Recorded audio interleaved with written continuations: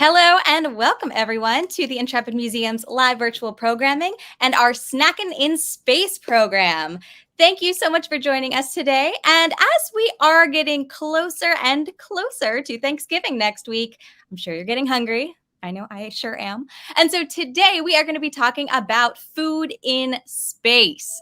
That's right, my friends. We are going to chat about the evolution of food up there in space, from cubes and tubes all the way to shrimp cocktail and freshly baked cookies. So my name is Alicia, and I'm an educator at the Intrepid Sea, Air, and Space Museum in New York City. I'll be your host today. And just as a quick reminder before we get started, the museum's live streams are free, but if you'd like to help support us in delivering this fun content, please do click on the link that you can find in the comments or in the description. Also, feel free to use the chat today to say hello. Let us know where you're tuning in from. Also, let us know, hey, have you ever been to the Intrepid Museum before? Or maybe you plan on visiting us sometime soon. The holidays are a perfect time to come visit. Now, at the museum, our mission is to honor our heroes, educate the public, and inspire our youth. And if you are new to the Intrepid Museum, well, here it is. So, everyone, we are located in a historic World War II era aircraft carrier, the USS Intrepid. It was constructed in 1943, and it is now docked right off the shoreline of Manhattan on the Hudson River. So, maybe you visited before, or if you do happen to be coming to visit us in the future, either way, if you are in the neighborhood, it's really hard to miss. So, the Intrepid's actually so big that if you were to stand it up on its end, it would be just about as tall as a New York City skyscraper. And it is also so long that you could just about play 3 games of football on it at the exact same time. Now, the Intrepid served in a few wars, 3 exactly: World War II, the Cold War, and the Vietnam War. And it was then retired back in 1974. But then a few years later, in 1982, we became the Intrepid Sea, Air, and Space Museum. But sometimes visitors come by and they say, okay, I get why you're a sea museum. Obviously, look, there's a ship right there. I also get why you're an air museum. We see a lot of airplanes all over it. But why are you a space museum too? Well, let's recap. We are, of course, again, a sea museum. We are a naval ship. In fact, that giant artifact on display is actually something I can bring that a little bit more to life to you on the right there. That is, of course, a propeller from our ship. It's one of the 4 that were on the Intrepid that helped to push it through the water. But of course, there are, a few different types of propellers on the ship. Here's another example of one on the front of this particular plane. So again, this is why we're an air museum. The Intrepid carried a number of airplanes. In fact, they could actually fit up to about 100 airplanes inside at any given time. So really, really big. And it also, of course, had the ability to launch and land those planes just like you might do at an airport. So we like to say it was basically like a floating airport. So this plane is the Avenger from World War II. And then later on, of course, we had jet planes, just like the Fury here. And these were around during the Cold War. They moved much, much faster. But of course, we also had things like helicopters, which were used to rescue people from the ocean, all sorts of things. So, all right, yeah, we are clearly also an air museum because we had airplanes and helicopters and things. But we're still not really sure about space, right? So everyone, take a look at this. So does anyone happen to know what this thing is? All right, take a close look here. Let me know in the chat if you happen to know. We're looking at this big black kind of almost light bulb shaped thing. It says United States on the side. It's got a flag. So some people, when they look at it, they say, oh, it kind of looks like an ice cream cone that's been tilted on its side, or maybe a megaphone, that you can talk into. But this, everyone, is actually a very special vehicle, all right? This is something called a space capsule.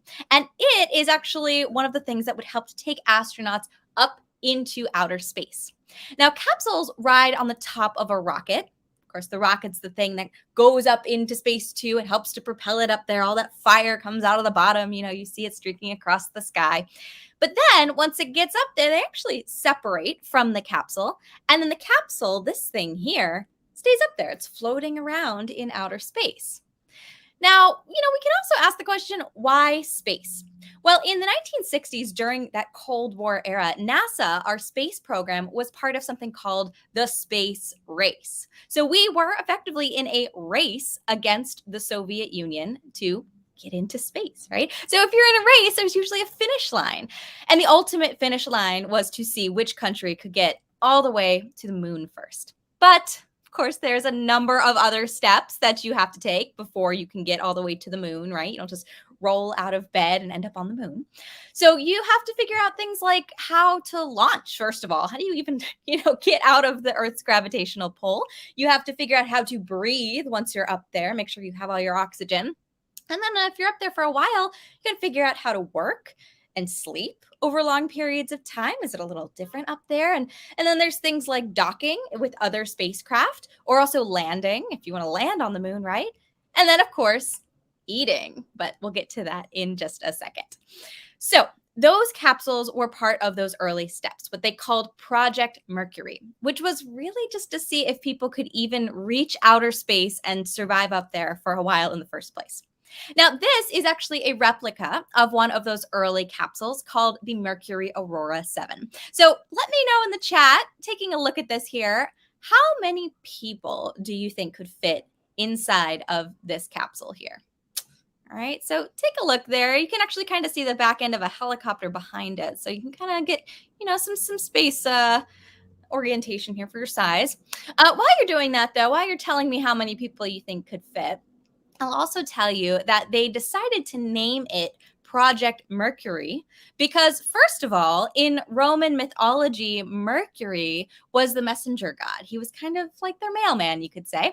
He was known for being really, really fast, which is pretty fitting because the planet Mercury, of course, which is named after him, is also both our first planet and also our fastest planet to orbit around the sun.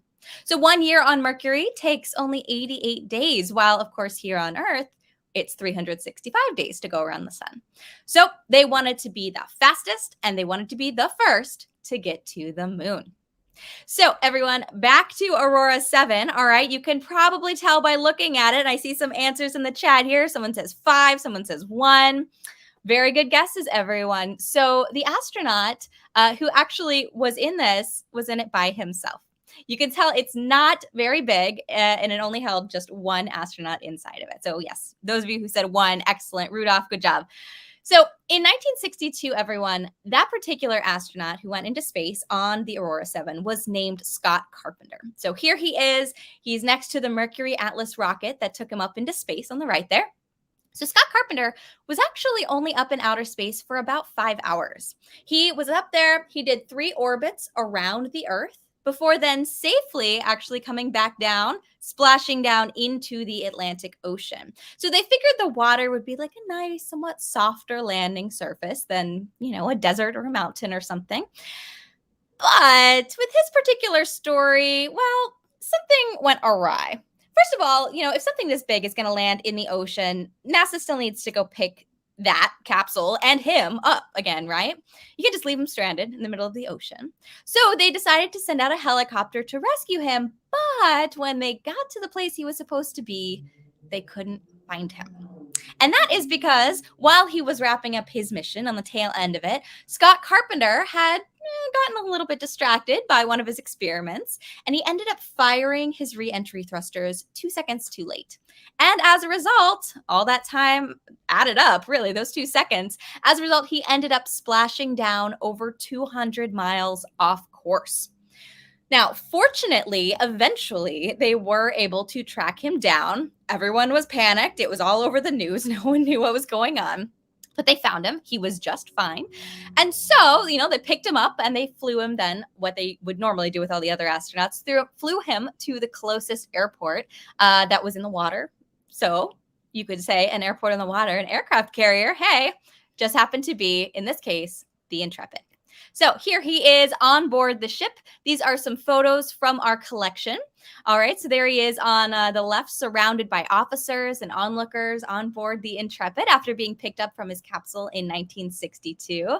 A very momentous occasion. That's our flight deck there. So, ladies and gentlemen, this is actually the reason why we are a space museum. The Intrepid played a very important role in retrieving astronauts and their capsules after they returned from outer space. So everyone, before we move on, I want to see if we've got any questions about the space race, feel free to ask in the chat if you do. And while we're doing that, I want to point out one other really neat thing that I always like to point out about this picture on the right there. Actually, I'll make it bigger for you again. As you can see, Scott Carpenter there on the right, walking around one of those flight decks. And as you can see on his feet, he is wearing a pretty sweet pair of cons. So astronauts wear sneakers just like us. Isn't that cool? All right, so let's see if we've got any questions today. How long were the Mercury missions? So they were actually pretty short. Again, we had to test out the waters, so to speak, and really just see if we could figure out how to sustain life up there before venturing out to the moon for 2 weeks at a time, right? And so that means everything. They had to test out everything, basic bodily functions. No one knew what microgravity would actually do to your body. And there's actually kind of a funny story that I can tell you about our first American astronaut in space. His name was Alan Shepard. He was actually the first to do something else as well. So his mission was really, again, first astronaut, really just to go up and back down again. Really, total trip would just be about 15 minutes. Now, the problem is once he got into his capsule, loaded up, on top of that rocket and everything, he realized he had to go to the bathroom. And again, he figured, well, the mission's just 15 minutes. He could probably hold it. Really not that big of a deal. But this was also the first time that we had sent an American into space, and all the pressure was on us and all the cameras were on and rolling. So they had a lot of delays. They wanted to make sure everything was great, everything was going smoothly. They didn't want to have any accidents right there in their first, time sending up someone up there. So they had these really long, hour-long delays, one after another. And eventually that 15 minutes, stretched on far too long, and he realized he just couldn't hold it anymore. So he asked NASA for permission to go in his spacesuit, and they said yeah. And so he effectively peed his pants right there. So that actually, everyone led to the realization that, they really needed to think about other things. So how would they go to the bathroom over, a period of weeks in these small capsules? And so that led to the invention of basically space diapers. But they don't call them that. They call them maximum absorbency garments. So a little fancier, but important things to think about when you're sending someone up into space for a long period of time. All right. Any other questions? How do astronauts get food and supplies while in space? They have to take it with them. There's no, bodega on the corner anywhere up in space that they can just go hop to grab something. These early missions, really were just so short. They had to plan ahead. So it wasn't that much of a big deal to take some stuff with them. But today on the International Space Station, they're up there longer periods of time. So they've got a ton of food that they store up there for themselves because, staying up in space for long periods of time, you're going to need that stuff. So up there, they actually have resupply capsules that are sent to send them, care packages and food and all sorts of things that they need. And so they can stock up and store them up there over periods of time. But there's no target when you're, maybe someday we'll be able to have stores up there. But as of right now, they got to take it with them. All right. So everyone, I mentioned that our earliest space missions had a whole lot of experiments, right? And again, these were really just baby steps, okay? We needed to test everything out to make sure that, was this even a good idea to be going to the moon in the first place? Can we do this? And one of those things that they experimented with was, of course, the reason you're here today, space food. Now, throughout history, explorers have always had to deal with the availability of food, or of course, lack thereof. And while, they were out on these long expeditions too, they had to last a while. So maybe they were a long time ago, of course, on a boat or on a camel in the middle of the desert or hiking through the wilderness, or of course, even in a capsule in space. So important things to think about. But the idea of course, getting nutrition so that they don't develop something like scurvy, let's say, if you're a sailor on a ship. And also, of course, long periods of time, because those journeys can certainly last a while. But also you have to think about the fact that it shouldn't weigh too much to burden you down. If you're on a camel or a horse, you don't want to have to, give it any extra weight that it doesn't necessarily want to have to handle. So these have always really been issues that they've had to think about. Now, very early on, we discovered that food could be edible for longer periods of time. First of all, if you dry it out. So often people would cut up things like meat or fish or fruits into, thin strips and then just leave them out in the sun to dry out. And of course, we still eat things like that. We have dried fruits, we have beef jerky, things like that.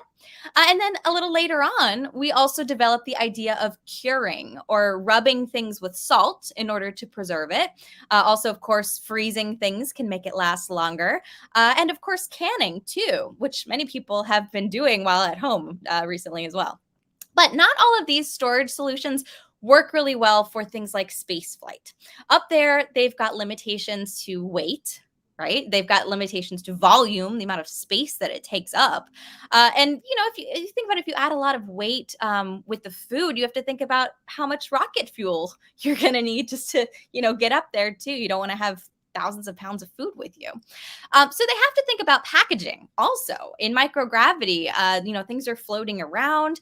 And until more recently, also thinking about things like refrigeration. So how long things can, healthfully be stayed up there as well. So that is actually where the genius of people at NASA came in. So early on in the space program, even before we sent anyone into space for the first time in the Mercury missions, there was actually some concern about the ability to swallow in microgravity, or even being able to digest and absorb the food once you ate it.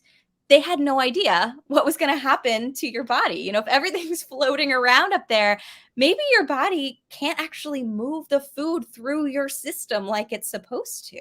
Somehow that might affect it. So they were concerned with how to also prepare it.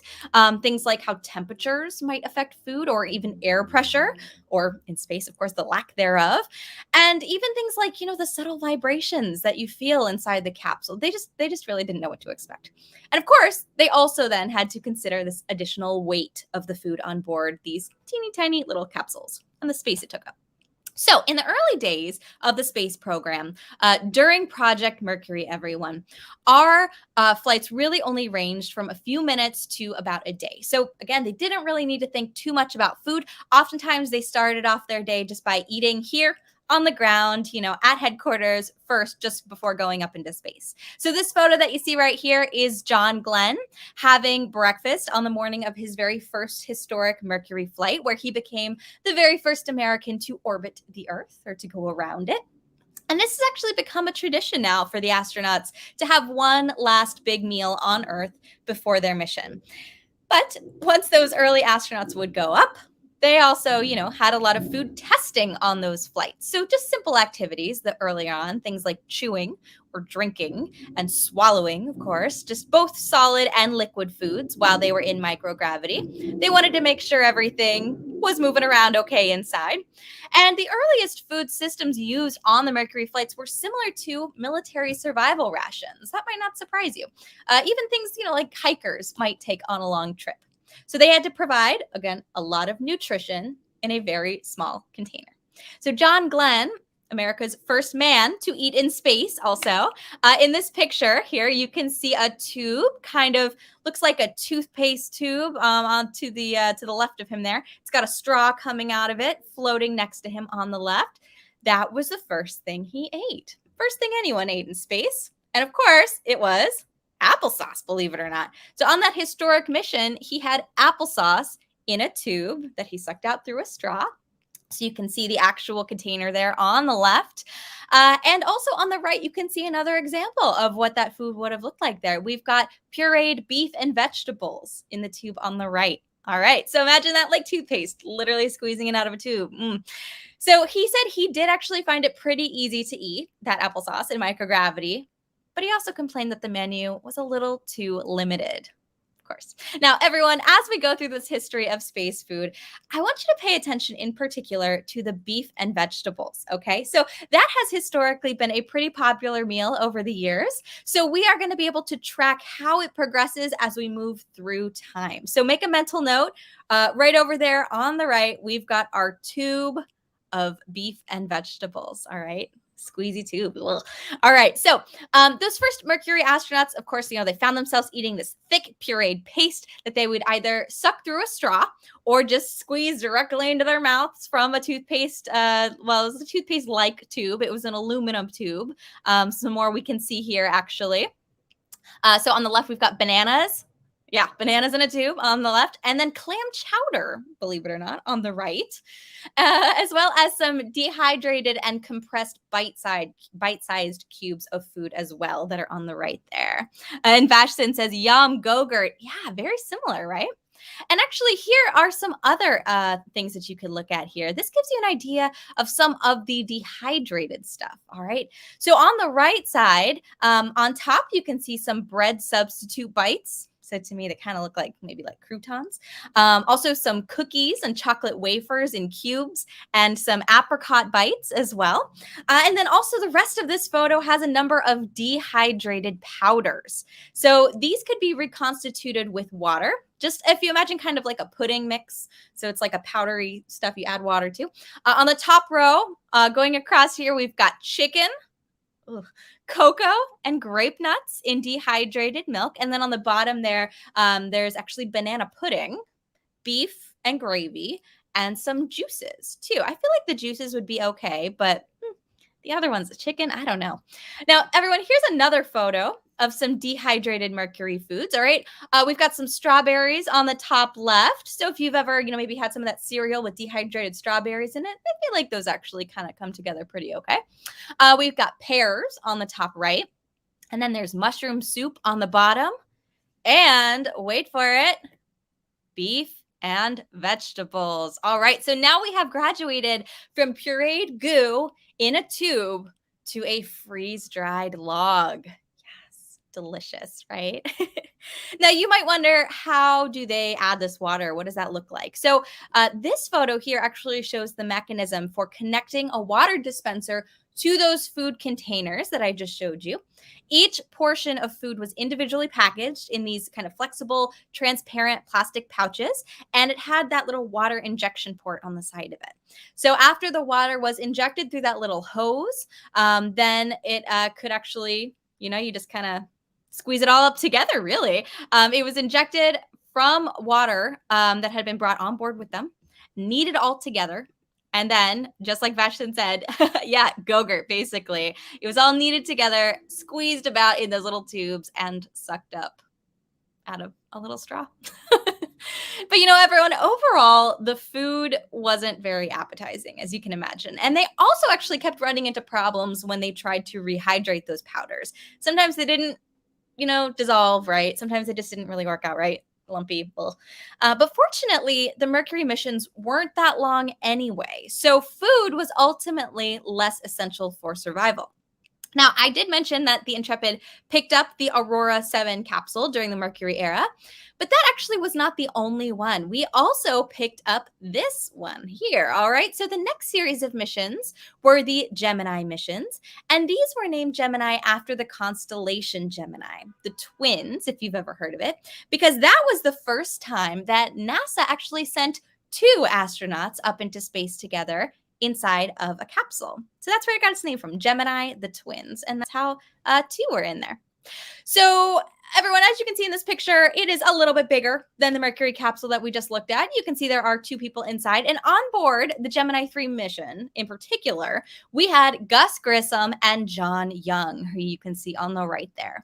So these 2 astronauts went up into outer space. They also orbited the Earth 3 times. And then they also splashed down into the Atlantic Ocean. So here's a picture of the Intrepid actually retrieving that capsule. Very cool picture. I love this picture. You can see all the sailors lined up along the side. They're so excited to see some astronauts floating out there in the ocean. I certainly would be too. So this is from 1965, again, when we picked up the Gemini 3 capsule. But some of the later Gemini missions were actually much longer, up to about 2 weeks long, in fact. And that is when some of these major advancements in space food were born. So NASA teamed up with the Whirlpool Corporation, believe it or not, that company that makes refrigerators and washing machines and stuff, as well as the Army, because they'd been making, survival rations for years anyway. And they decided they were going to develop new food and new packaging. And the first thing to go were those aluminum squeeze tubes. First of all, they said because they were just gross. Who wants to, eat out of that? But also the metal tubes themselves weighed more than the food inside of them. So they had to go, and they did. Now, NASA knew that if they weren't packaged properly, though, food, floating around in microgravity could actually damage equipment or even worse, get inhaled, right? So they actually worked with the Pillsbury Company as well to develop an edible gelatin layer that went over the foods in order to reduce some of that crumbling of the dehydrated food. So these foods were also vacuum sealed into these little individual plastic pouches, as you can see here, for easy storage. And in this particular photo here, all these different ones you see on the top left here, we've got date fruit cake. On the right, you've got on top, you've got brownies. On the bottom left, that is apricot cereal. And then on the right, you have strawberry cubes. Yeah. But again, everyone, covering already dehydrated cubes with gelatin, yet it doesn't really sound very appetizing still, does it? And so some of the astronauts agreed with that. They didn't really think so either. And so there's actually a pretty infamous story that we like to tell about Gemini 3, which is really cool that was the mission we picked up. Again, 1965. So again, on board Gemini 3 were two astronauts, Gus Grissom and John Young. And one of the experiments they were tasked with on that 5-hour mission was to sample 2 meal packages. Okay, so this right here is actually one of those meal packages. In it, it had dehydrated beef pot roast, you can see there on the left, orange juice, toasted bread cubes, bacon and egg bites, and a wet wipe. They weren't obviously supposed to eat the wet wipe, but there you go. So basically a breakfast meal there. Well, 2 days before the launch, fellow astronaut and practical joker Wally Schirra happened to stop by Wolfie's restaurant and sandwich shop in Cocoa Beach, Florida, nearby Cape Kennedy where they were. So he picked up there a corned beef sandwich. And right before the launch, he gave it to John Young as a joke. Well, John kept that sandwich, and in fact, he smuggled it up with him into space by hiding it in his spacesuit. And once they got into orbit, he pulled out the corned beef sandwich and he took a bite. In fact, he even offered some to his friend Gus. And there they were. They were up in space eating the very first corned beef sandwich in space. But there is a little problem with this. If you eat a sandwich here on Earth and you've got crumbs, well, we've got gravity down here on Earth, so they'll just, go down on the floor, right? But in space, they float everywhere. And that is actually exactly what happened. Now, that is actually incredibly dangerous because, like I said, those crumbs could have, gotten lodged in their equipment, or worse, someone could have inhaled them. So they quickly realized, yeah, this is a terrible idea. We need to put them away. But NASA had heard every word of their conversation, and so they got into a lot of trouble when they got back home. Now, they didn't lose their jobs, but they did have to publicly apologize to Congress, who was furious with them, obviously, because they said they were wasting all this time and money, and they weren't eating all this fancy experimental food that they had sent up with them in the first place. But they actually really helped NASA to think more about these issues of crumbs and other types of foods that they maybe should or should not take up on those early flights. So now, everyone, if an astronaut wants to eat a sandwich in space, they don't use bread, they use tortillas instead because they're, flat packed and they don't really make as much crumbs. Now, you're probably wondering, what are we looking at right here, huh? So, everyone, this is a tribute to that infamous corned beef sandwich in space.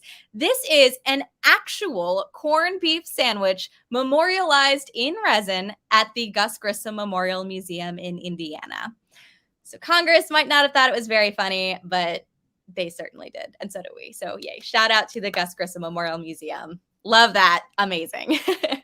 Now, everyone, almost 2 decades later, John Young, who actually you can see floating here upside down on the left, he did become the first commander of the space shuttle. And at that point, the food had progressed quite a bit. So, you know what he ate for lunch in space? Corned beef. All properly irradiated and sealed this time. But sure enough, what a very appropriate meal to be eating up there. And there he is on the space shuttle. But everyone, back to Gemini. Water was actually produced on board as a byproduct of fuel cell operation and could be injected via this little hose that you can see here on the screen. So this kind of just add water, dehydrated foods, they give them a lot more options. And it also really cut down on the weight of having to bring extra pouches of water with them. Because, of course, water, it weighs stuff, right? You don't want to have to do that to add to your food. So in this picture, you can get kind of a sense of what it might have looked like at mealtime. You had these strawberry cubes that you really just kind of popped into your mouth, and your own saliva could kind of reconstitute that. And then the beef here is reconstituted in that bag with water. Now, some other foods that were flown on later Gemini missions were things like cinnamon toasted bread cubes, chocolate cubes, cream of chicken soup, turkey and gravy, very appropriate for Thanksgiving, actually. They did have themed holiday meals, and even, believe it or not, shrimp cocktail. Look at that. Oh, all dehydrated in that pouch. Does not look as appetizing as the one on the right, does it? But everyone, as time went on, they made a number of additional changes, mainly because they realized that the food wasn't really as nutritionally balanced as they wanted. Also, the food preparation took a lot of time and effort, and sometimes the meals themselves just didn't really taste great because this is really gross. The water that they were using from the fuel cells, it had dissolved gases in it. So imagine, no, not the cleanest thing to be eating if you're adding, gases dissolved in water into your food. But again, things still weren't really constituting properly anyway as well. So they did make a few more changes as we went on from that era. So before we move on to the next era, everyone, I want to pause one more time here and see if we've got any other questions. How do astronauts eat while they are in their spacesuits on spacewalks? Oh, a great question. So the astronaut suits actually have pouches, all right? They've got pouches for water with little straws they can drink from, and also these little snack bar things that are kind of like power bars, kind of like, those things you could eat. Lots of nutrition, hikers eat them and stuff. These little like gummy things are not really gummy, but it's a weird texture. But they have them in the helmets of their suit. And so you can actually imagine it, if it's like sitting here and I'm in my suit, they can just sort of lean, in to eat it. Because of course they can't use their hands, right? They can't open their helmet and do that. So they actually all have to be reachable just by sort of leaning their heads to kind of nom nom on their stuff. But yeah, that's how they do it. They are out there for, long periods of time. So the water's important, obviously, and food can be important as well. But they certainly don't eat, full, meals while they're out in their suits. They would do that, probably afterwards. Good question, though. All right. Any others? Do astronauts get to pick their own food when they go into space? So yeah, starting around the Gemini missions, they could pick their food. They had, of course, a standard menu, but they were able to swap things out and pick off of a menu of other foods a la carte, just to kind of go towards their own taste. And in fact, one of the most popular dishes, believe it or not, is this one right here, shrimp cocktail. And I'll tell you, it's because of the cocktail sauce in particular. So, when you go into space, everyone, you're in microgravity. So the fluids of your body are going to start to shift around a little bit. And so they move around, and a lot of them go into your head and your nasal passages. So if you've ever had that feeling of being congested, if you have a cold, let's say, they often report feeling that way in space because of all of the fluid shift, is what it's called, up in their nasal passages. And when that happens, and I'm sure, out there you can relate to this too if you've ever had a cold, you can't really taste flavors as well, right? Your taste buds really get affected by that fluid shift. So astronauts apparently really love spicy foods because they're able to taste them better while they're in space. So of course, cocktail sauce, great food to have. There's all that horseradish in it, right? So it's kind of spicy and tangy.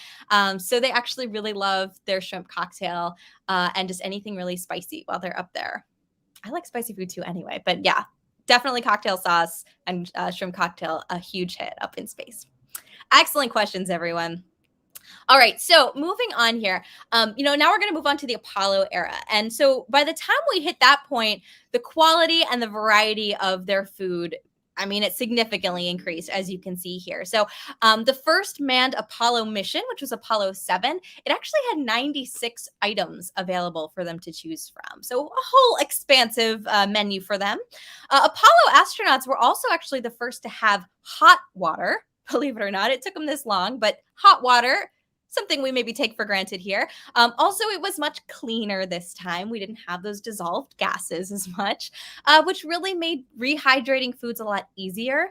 And it also really improved the taste because it wasn't just room temperature all the time either, or cold, right? Now, some of the earlier packages were, of course, those plastic tube pouches that they would eat out of. But eventually, a number of foods were changed into this thing right here. You can see this is the spoon bowl package. Okay. So this on the left is chicken and rice. Now that actually flew on Apollo 11. And as you can see, it's in this plastic container that could be hydrated using a valve on the side there, and then opened with a zip top. And then the contents were just kind of eaten out of the top with a spoon, just like a bowl. So that's where they got its name from, a spoon bowl package. Pretty clever, I would say. And on the right, same idea.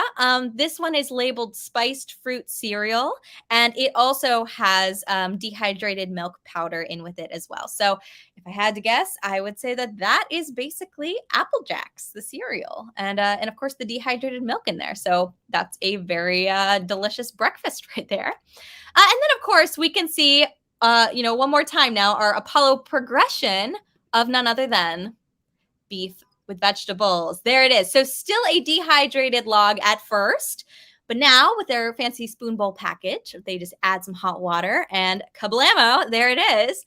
Now they can eat it with a spoon instead of slurping it out of a straw. Brilliant, right? Also, incidentally, in case you were wondering, the first NASA meal that was eaten on the moon consisted of bacon bars, pretty yummy, peaches, sugar cookie cubes, coffee, and a pineapple grapefruit drink. So there you go. The food of choice on the moon. And some of those other foods that were consumed on Apollo, though, were things like you can see here. So we had coffee and cheese crackers, sausage patties, scrambled eggs, peanut cubes, tuna salad, spaghetti and meat sauce, beef pot roast. So again, you could think of these things either being reconstituted or in these little cubes. Again, there's that bacon bars actually on the bottom left. I feel like I would try that. That might actually not be too bad. Cheese cracker cubes. I feel like it'd be like a little sack of Cheez-Its. Yum. And then also, believe it or not, look at this, hot dogs. There it is, all sealed up and irradiated to protect them from growing bacteria, though. So again, very important if you're going to be on these long-term missions. And if they're not going to be refrigerated, you got to make sure that they are irradiated. Basically, that just means they throw radiation at it in order to kill bacteria. So everyone, with the later shuttle missions, and actually largely through today, the food looks a little more normal. So here you can see a few different types. We still have rehydratable foods. So again, freeze-dried. All the water has been removed. You've got things like soups and scrambled eggs. And we also have these things that are intermediate moisture foods. So some water is still in them. And dried fruits like apricots, and then also natural form foods. So these are things that just naturally have a very long shelf life. So things like nuts and some candies and condiments and things. And then we've also got, again, thermostabilized foods. So these are things that have been exposed to heat in order to kill the bacteria. And then, things like canned foods and pudding cups and things like that. These thermostabilized things that you can see on the top there.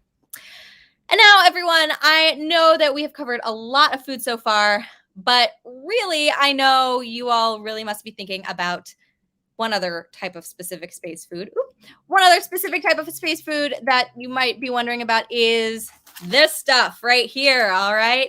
So you are probably thinking, where's the astronaut ice cream? This wacko idea of food in space. It's become such a novelty, this stuff. Everyone thinks about it. It's become so popular in gift shops. And honestly, if you've ever had any, it is just so chalky and weird to eat, but so much fun. It kind of melts on your tongue. It's crumbly stuff. But everyone, I do have a very terrible secret to tell you. Astronaut ice cream and ice cream sandwiches, really, at least like this stuff, it never actually went into space. And the main reason for that is that really they just didn't like it. But also, if you've ever seen this stuff, it is just, you can hear that, right? It's messy. It's crumbly. Imagine this in microgravity. This would be a disaster, flying all over the place with all those crumbs. Now, freeze-dried ice cream cubes were actually originally developed for early Apollo missions by Whirlpool, but they never made it on board. There was one press release about the Apollo 7 mission that listed vanilla ice cream as a dessert on board. But Walt Cunningham, who was the sole surviving astronaut from that mission at the time, he confirmed numerous times that ice cream was never actually on the menu. However, in 2006, a freezer was flown aboard the space shuttle in order to store research samples. So they figured, okay, we're sending up a freezer anyway. Why not? So they did send them up with the real thing. They had some of those little individually portioned ice cream cups, the little thingies that they could eat in space. So that actually was the first time we had astronaut ice cream for real. But it was actually frozen astronaut ice cream. But certainly not anything like this. So everyone, I would like to thank you all so much for tuning in today for Snackin' in Space. Hope you learned something cool. Hope maybe I got your taste buds going, getting ready for the upcoming Thanksgiving holiday. But before we wrap up, I want to see if we have any final questions as we round out the program. So any last burning questions here? Why did NASA break up the plan to go to the moon into missions? Absolutely. So baby steps really is what it was all about. You don't, like I said before, you don't just roll out of bed and end up on the moon, right? They really needed to test things a little bit at a time. So the Mercury missions were all about just seeing if we could survive in space. You can really think of it like, the progression of human life. So babies, what do babies do? They can't really necessarily talk yet, right? They can't really walk yet. They're just doing basic things, eating, pooping, breathing, basic things. And that's what it was all about, making sure humans could just survive in space. Then Gemini, we are getting a little bit more advanced. Now you're like in the toddler stage. You're making friends. We like to say that's when you're docking with other spacecraft. Walking. This is the first time we had spacewalks. So extravehicular activity in spacesuits floating around outside the capsules. It's a bit more advanced. Again, now you're eating solid food, not just baby mush food like they did in Mercury. And then Apollo, we say, it's the rebellious teen phase. And now you're, taking the car and going out for a ride, as they did going out to the moon, right? So breaking it up just in baby steps, making sure that everything prior was smooth and good and safe, really, at the end of the day. All right. Any other questions? Can they make their own food in space now? Actually, yes. They have successfully grown vegetables in space. This has been a long time thing that they've been studying, the effects of microgravity and solar radiation on growing plants and vegetables and things. Because, of course, NASA ultimately someday wants to send people to Mars, right? And so that's going to be important, this idea of maybe hydroponic planting, when you take a plant and you put it in this nutrient-dense water. So without soil, since Martian soil is obviously a little bit different than we have here on Earth. And so plants can actually grow in this water, even in outer space. So far up in space, we've grown lettuce and tomatoes and potatoes. And I think they're currently growing chili peppers up there on the ISS right now. So definitely, yeah, if you're into salads, you're good to go. Chili peppers, they love that spicy food, right? Perfect. But most of it is still brought up, like I mentioned earlier. Although I will add that earlier this year, for the first time, actually, they baked cookies in space. So the DoubleTree Hotel actually sponsored this experiment. If you've ever been there, they give you those warm cookies that are delicious. They actually sent up chocolate chip cookie dough and a zero-G oven that was designed theoretically to work in space. But what's really interesting is that they had to experiment with the bake times quite a bit for the cookies, because they found out that the sweet spot was leaving them in for 2 hours. So if you've ever baked cookies, you leave them in for, 12 minutes maybe, but they needed to bake them for 2 hours. So either that oven was calibrated a little bit off, or I don't know, maybe microgravity does something to the way that things bake. I know that actually they had to put like a silicone sheet over the cookies and like weight it down so that the cookies weren't floating around in the oven. Can you imagine what that would be like? Although I guess maybe the cookies would be round then. Wouldn't that be interesting? But yeah, so they definitely had to keep testing that out and keep testing out this idea of how to bake things in space. But that is what happened with those cookies. So they were able to bake some cookies after 2 hours. All right. So, everyone, if you've got any other questions about our programs, you can feel free to reach out to us through our website, intrepidmuseum.org, or also through any of our social media platforms. Thank you all so much for watching and sharing your questions and your comments with us today. Happy Thanksgiving to you all. Be sure to subscribe to our channel, visit our website for upcoming programs. And our next family program is next week, Thursday at 3 p.m. on Thanksgiving, where we are going to be talking about seaworthy celebrations. So you will hear all about how sailors on board naval ships celebrated traditional gatherings just like Thanksgiving, and maybe discover some connections to those that we observe here in our own communities as well.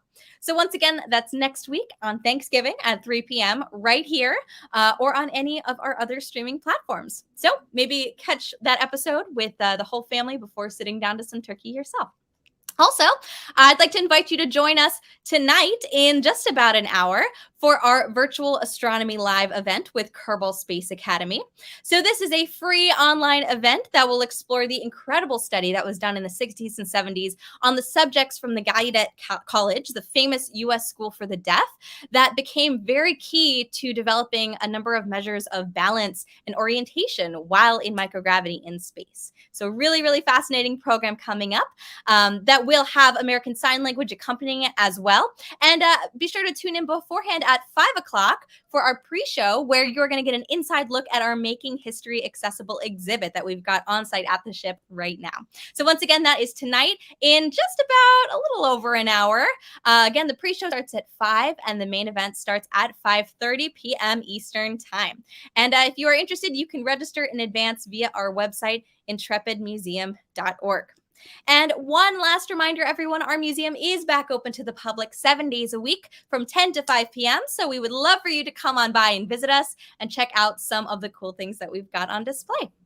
So once again, thank you all so much for joining us today. And hopefully we will see you online for another upcoming program. Thanks so much. See you next time.